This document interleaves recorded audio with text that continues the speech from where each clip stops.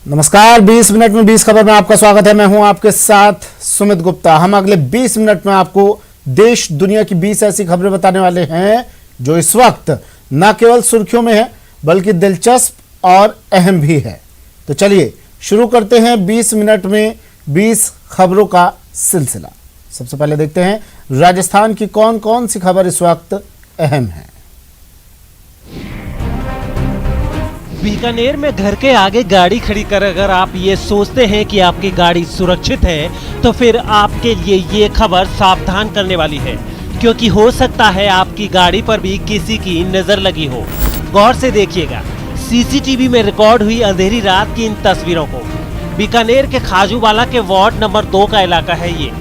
यहाँ ward number 2 CCB chairman Bhagirath Jyadi ने अपने घर के सामने स्कॉर्पियो खड़ी कर रखी थी। रात के अंधेरे में करीब 2 बजे यहाँ एक स्विफ्ट कार आकर रुकी। इसमें से एक शख्स नीचे उतरा और फिर इधर उधर की रेकी करने के बाद जुगाड़ से स्कॉर्पियो को स्टार्ट कर लिया। जैसे ही स्कॉर्पियो स्टार्ट हुई, स्विफ्ट कार वहां से रवाना हो गई और स्कॉर्पियो स्टार्ट करने वाला शख्स भी स्कॉर्पियो लेकर वहां से फरार हो गया। हैरानी की बात यह है कि स्कॉर्पियो की चोरी में 5 मिनट भी नहीं लगाए इन शातिर बदमाशों ने। वो तो किस्मत अच्छी थी भागीरथ ज्याड़ी की, जो स्कॉर्पियो चोरी कर ले जा रहे बदमाशों से खाजूवाला दंतौर हाईवे पर 18 केजीडी के पास स्कॉर्पियो का एक्सीडेंट हो गया और उन्हें गाड़ी छोड़कर भागना पड़ा।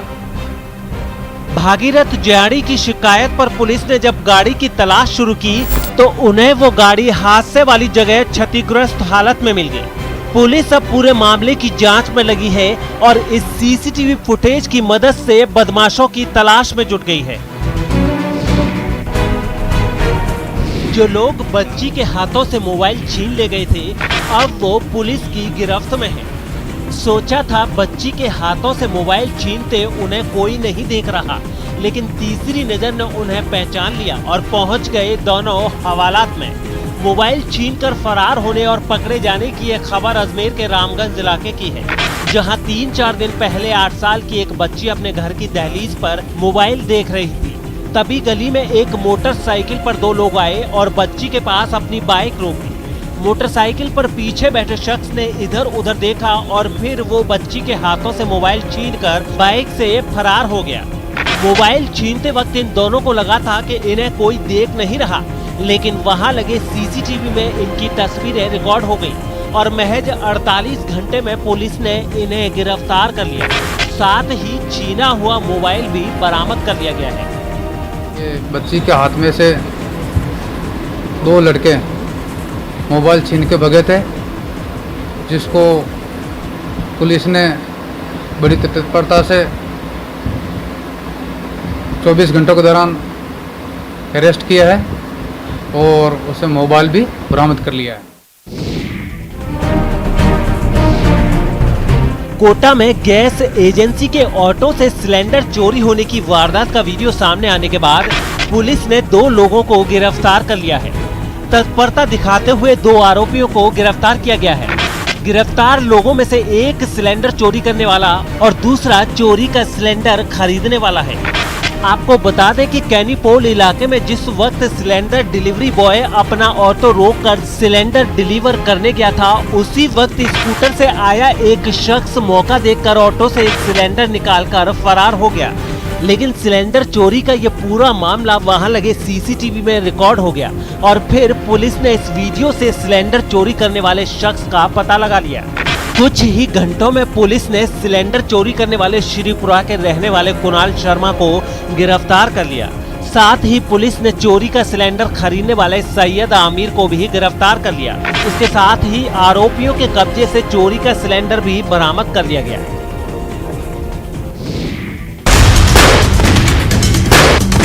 कोटा से एक दिल दहला देने वाला वीडियो सामने आया।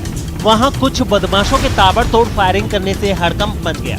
इन हमलावरों ने इलाके के एक फल कारोबारी को निशाना बनाते हुए गोलीबारी की, जिसका वीडियो भी सामने आया।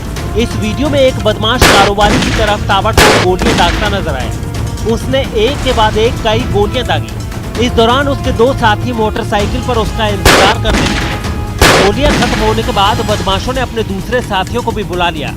इशारा मिलते ही दूसरी मोटरसाइकिल पर सवार 3 और बदमाश वहां पहुंचे और हवाई फायरिंग शुरू कर दी। अंधाधुंध गोलियां बरसाने के बाद सभी हमलावर वहां से फरार हो गए। दिन दहाड़े गोलीबारी से वहां हड़कंप मच गया। हालांकि इस हमले में किसी को नुकसान नहीं पहुंचा।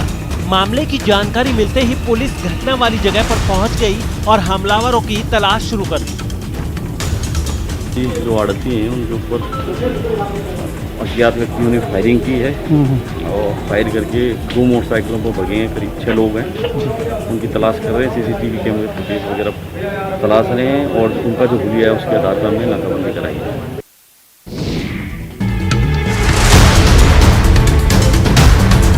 जैसे जैसे पैंथर कुएं से बाहर निकलता जा रहा था, ऊपर मुंडेर पर खड़े लोगों की धड़कनें बढ़ती जा रही थी। घंटों की मेहनत रंग तो ला रही थी, लेकिन मुंडेर पर खड़े लोगों के माथे से पसीना भी टपक रहा था। सब इस बात से परेशान थे कि जाल में फंसा पैंथर बाहर निकलकर ना जाने क्या गोल खिलाएगा, किस पर हमला करेगा और किसकी जान लेगा।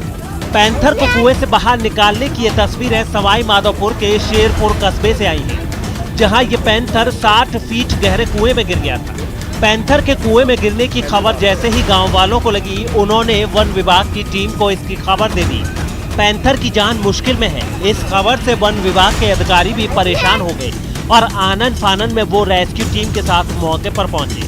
कुएं का मुआयना करने के बाद जाल और रस्सी के सहारे पहले तो लंबी जद्दोजहद के बाहर पैंथर को उसमें फंसाया गया और फिर धीरे धीरे उसे ऊपर खींचा गया। जब पैंथर मुंडेर से कुछ फीट नीचे रह गया तो रेस्क्यू टीम ने उसे ट्रैंकुलाइज कर दिया ताकि बाहर निकलने पर वो किसी पर हमला न कर दे। पैंथर को बाहर निकालने के बाद उसका मेडिकल चेकअप किया जा रहा है। वन विभाग का कहना है कि अगर सब कुछ ठीक रहा तो पैंथर को जल्द ही रणथंभौर नेशनल पार्क में छोड़ दिया जाएगा। रेस्क्यू करके निकाला है और वन क्षेत्र में अभी छोड़ने के लिए लेकर के जाए। डॉक्टर को दिखा करके मेडिकल मुआयना करा के स्वस्थ स्थिति में होगी तो इसको अभी छोड़ेंगे, वरना इलाज करा के छोड़ेंगे। प्रदेश में पिछली बीजेपी सरकार में मंत्री रहे हेम सिंह बड़ाना के छोटे बेटे सुरेंद्र और उसके कुछ दोस्तों पर फिर गंभीर आरोप लगे हैं और उनके खिलाफ खैरतल थाने में मुकदमा भी दर्ज हुआ है। बताया जा रहा है कि कुछ दिन पहले खैरतल के मातो रोड पर एक होटल में झगड़ा हुआ था। इसी के बाद हथियार लेकर सुरेंद्र और उसके दोस्त होटल संचालक को धमकाने पहुंच गए। पुलिस ने इस झगड़े का वीडियो वायरल होने के बाद मामला दर्ज किया है।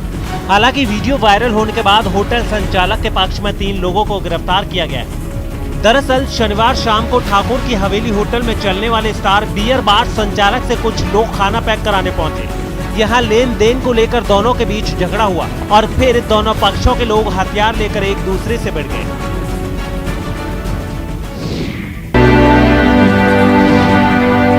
चारों तरफ गंदगी का साम्राज्य। कैंपस में चारा खाती भैंसें और कमरों में सूख रही प्याज की फसल। जी हाँ, ये नजारा है अलवर के ग्रामीण विधानसभा क्षेत्र के भजेड़ा गांव में स्थित सरकारी उप स्वास्थ्य केंद्र का, जो सुविधा और डॉक्टरों के अभाव में पिछले 10 वर्षों से बंद पड़ा है और ग्रामीणों का इलाज भगवान भरोसे चल रहा है। सर, इस हॉस्पिटल को बंद हुए 10 साल हो गए लगभग। तो कहने का मतलब ये है कि गांव में कोई भी मतलब मरीज होता है या किसी को भी प्रॉब्लम होती है, तो अगर गांव में सुविधा हो तो मतलब इमरजेंसी है तो गांव में यहाँ पे सुविधा हो तो इतनी दूर ना जाना पड़े। यहाँ कोई नहीं बैठता और 10 साल से कोई नहीं बैठ रहा है। स्थिति हो रही है इसकी, बहुत खराब स्थिति है। भजेड़ा गांव में जब कोई बीमार होता है तो उसे इलाज के लिए गांव से दूर बहादुरपुर जाना पड़ता है। यही स्थिति गांव के पंचायत भवन का भी है, जहां गंदगी और स्थानीय दबंगों का अवैध कब्जा है। उप स्वास्थ्य केंद्र की वर्तमान हालत और ग्रामीणों की परेशानी को जानने के बाद जिला कलेक्टर ने अस्पताल को खाली कराने और वहां डॉक्टर की नियुक्ति करने का आश्वासन दिया है। मैं इसकी सीएमओ से जांच कराता हूं और अगर ऐसा हुआ है तो बिल्डिंग को खाली कराएंगे और वहाँ पे अगर परमानेंट डॉक्टर नहीं है तो कोई टेम्परेरी व्यवस्था करके हम उसको चलाएंगे। ग्रामीणों को स्वास्थ्य सुविधा मिले, इसके लिए प्रति वर्ष राज्य सरकार करोड़ों रुपए खर्च करती है, लेकिन विभागीय लापरवाही की वजह से आज भी ग्रामीण इलाकों में लोगों को स्वास्थ्य सुविधा नहीं मिल पा रही है।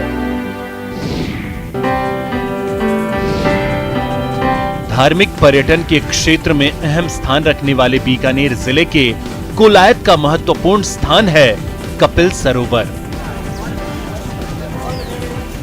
कपिल मुनि की पौराणिक कथा से जुड़े कपिल सरोवर में आस्था की डुबकी तीर्थ का पुण्य दिलाती है, लेकिन यह सरोवर इन दिनों दुर्दशा का शिकार है।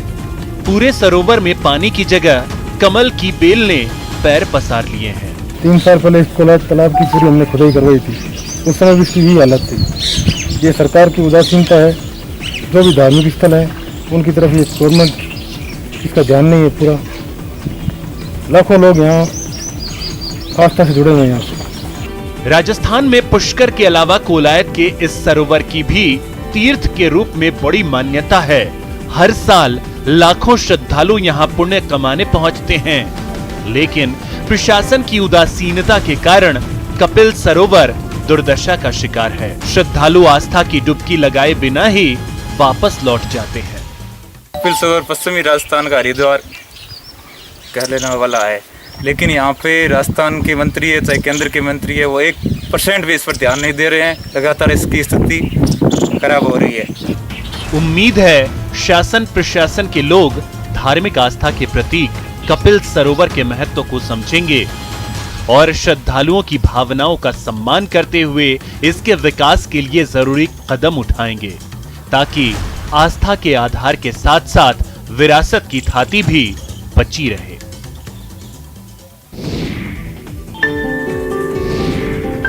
तपती गर्मी में पक्षियों को भूख और प्यास से बचाने के लिए जगह जगह परिंदे बांधे जा रहे हैं, ताकि बेजुबान पक्षियों को भूख और प्यास मिटाने के लिए दूर दूर तक भटकना ना पड़े। परिंदे बांधने की ये तस्वीरें करौली से सामने आई हैं। यहाँ सामाजिक संस्था movement for education empowerment for masses के सदस्यों ने आपसी सहयोग से पक्षियों के दाने पानी के लिए परिंदे लगाए हैं। बताया जा रहा है कि करौली के काजीपाड़ा, रूपा कॉलोनी, नाहरखोरा रोड जैसी जगहों पर परिंदे लगाए गए हैं। जगह जगह परिंदे लगाने वाले इन लोगों ने आम लोगों से भी अपने घर पर पक्षियों के लिए परिंदे बांधने की अपील की है। गर्मियों के मौसम को देखते हुए मीम टीम की तरफ से एक पहल की गई, जिसके अंतर्गत विभिन्न मोहल्लों में और कस्बों में परिंदे लगाए गए, ताकि बेजुबान जानवर पक्षियाँ पानी मुहैया हो सके। 20 मिनट 20 खबर में आप देख लेते हैं कुछ दूसरे राज्यों की खबरें। मध्य प्रदेश के खंडवा से एक चौंकाने वाला वीडियो सामने आया है। यहाँ एक तेज रफ्तार कार बेकाबू होकर सड़क पर पलट गई। बताया गया है कि ये हादसा कार का टायर फटने की वजह से हुआ। टायर फटने की वजह से कार बेकाबू हो गई और सड़क किनारे पलट गई। कार की रफ्तार इतनी तेज थी कि पलटने के बाद वो काफी दूर जा गिरी। हादसे के बाद वहां हड़कंप मच गया। आसपास मौजूद लोग भागते हुए वहां पहुंचे और किसी तरह कार को सीधा करने की कोशिश शुरू की गई। बाद में कार में फंसे सभी 6 लोगों को भी बाहर निकाल दिया गया। इनमें कुछ लोग बुरी तरह घायल हो गए, जिन्हें बाद में अस्पताल पहुंचाया गया। इस हादसे में कार भी पूरी तरह से बर्बाद हो गई। उत्तराखंड के ऊधम सिंह नगर से हैरान करने वाला एक वीडियो सामने आया, जिसमें कुछ लोगों ने 2 लड़कों की बेरहमी से पिटाई की। चोरी के शक में दोनों आरोपियों को इतना मारा कि वो अपने पैरों पर खड़े होने लायक भी नहीं बचे। वहां से आए वीडियो में भी साफ दिखा कि सड़क पर इलाके के कुछ लोगों ने दोनों आरोपियों को पकड़ लिया और उनसे मारपीट शुरू कर दी।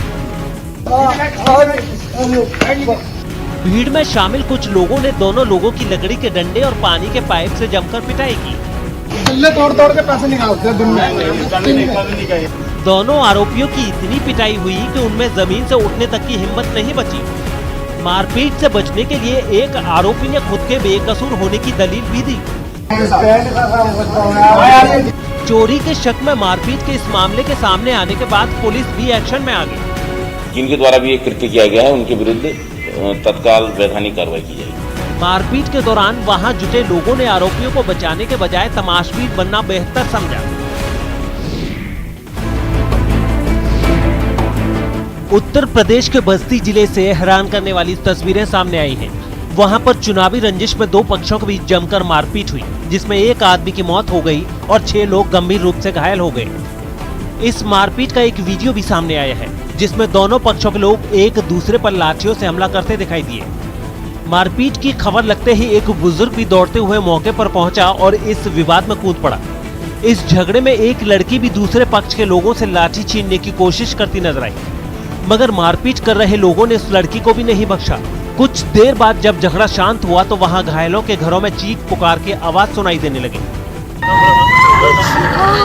मौके पर पहुंची पुलिस बेसुध हो चुके एक आदमी को अपने साथ ले जाती नजर आई। हारा हुआ प्रधान और द्वितीय प्रधान पक्ष के बीच में कुछ कहासुनी हुई, बाद में लड़ाई हुई। पुलिस ने इस मामले में दोनों पक्षों की शिकायत पर 9 लोगों के खिलाफ केस दर्ज कर उन्हें जेल भेज दिया है।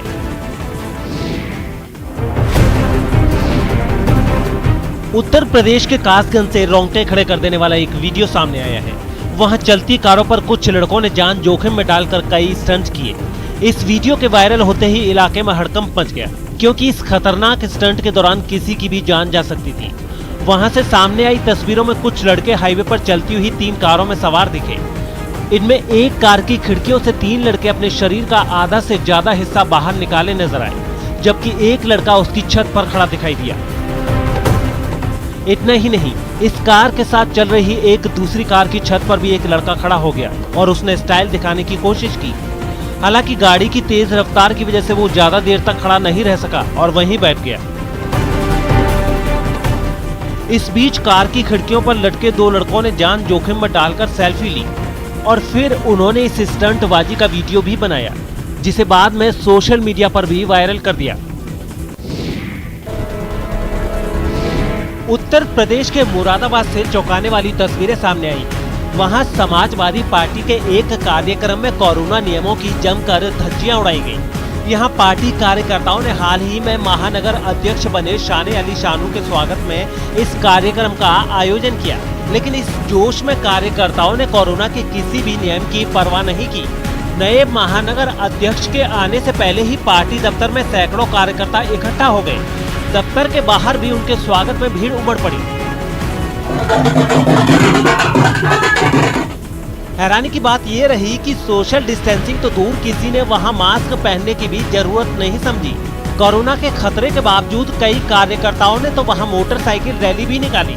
हद तो तब हो गई जब शाने अली शानू का काफिला वहां पहुंचा, जिसके बाद कार्यकर्ताओं में अपने नेता को माला पहनाने की होड़ मच गई।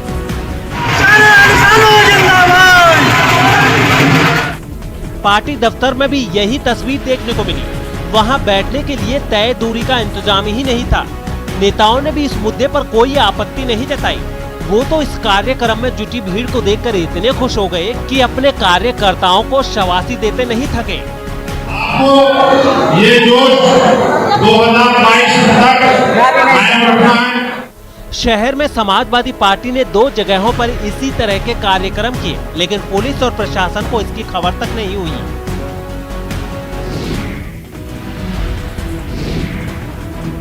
मुंबई में नारकोटिक्स कंट्रोल ब्यूरो का दावा है कि कुछ लोग केक और पेस्ट्री में मिलाकर नशे का सामान बेच रहे थे। हैरानी की बात यह है कि ड्रग्स और केक का कॉकटेल बनाने वाले आरोपी कॉलेज के छात्र हैं और नारकोटिक्स कंट्रोल ब्यूरो के मुताबिक आरोपियों ने OTT प्लेटफॉर्म पर विदेशी वेब सीरीज देखकर ये तरीका सीखा। OTT प्लेटफॉर्म पे जो कुछ सीरीज चलती थी उससे इंस्पायर होके और उसके अलावा उनके ग्रुप सर्कल से इंस्पायर होके इन्होंने चालू किया था लास्ट ईयर से। एनसीबी की टीम जब छापेमारी के लिए पहुंची तो सब कुछ वैसा दिखा जैसा किसी बेकरी के किचन में होता है, लेकिन उसे सजे धजे केक और पेस्ट्री की जांच करने पर पता चला कि इनमें ड्रग्स मिलाए गए हैं। चुनौती अब नशे वाला केक खरीदने वालों को ढूंढने की है। उनका जो सर्कल है, जो क्लाइंटेल है, ये भी अच्छे समाज से आते हैं and they are also bit high profile and they are also students also. शराब माफिया पर शिकंजा कसने के लिए महाराष्ट्र के आबकारी विभाग ने समुद्री इलाके में अभियान तेज कर दिया है। बताया गया है कि समुद्री रास्तों से बड़े पैमाने पर महाराष्ट्र के कई इलाकों में शराब की तस्करी की जाती है, जिस पर लगाम लगाने के लिए ठाणे में आबकारी विभाग की कई टीमों ने मोर्चा संभाला। वहां से सामने आई तस्वीरों में नाव पर सवार एक टीम अवैध शराब के एक ठिकाने पर पहुंचती नजर आई। वहां पानी के बीच पेड़ों की आड़ में शराब के बड़े ड्रम छिपा कर रखे गए थे। वहां पहुंचने के बाद कुछ लोग पानी में उतरे और कार्रवाई शुरू कर दी।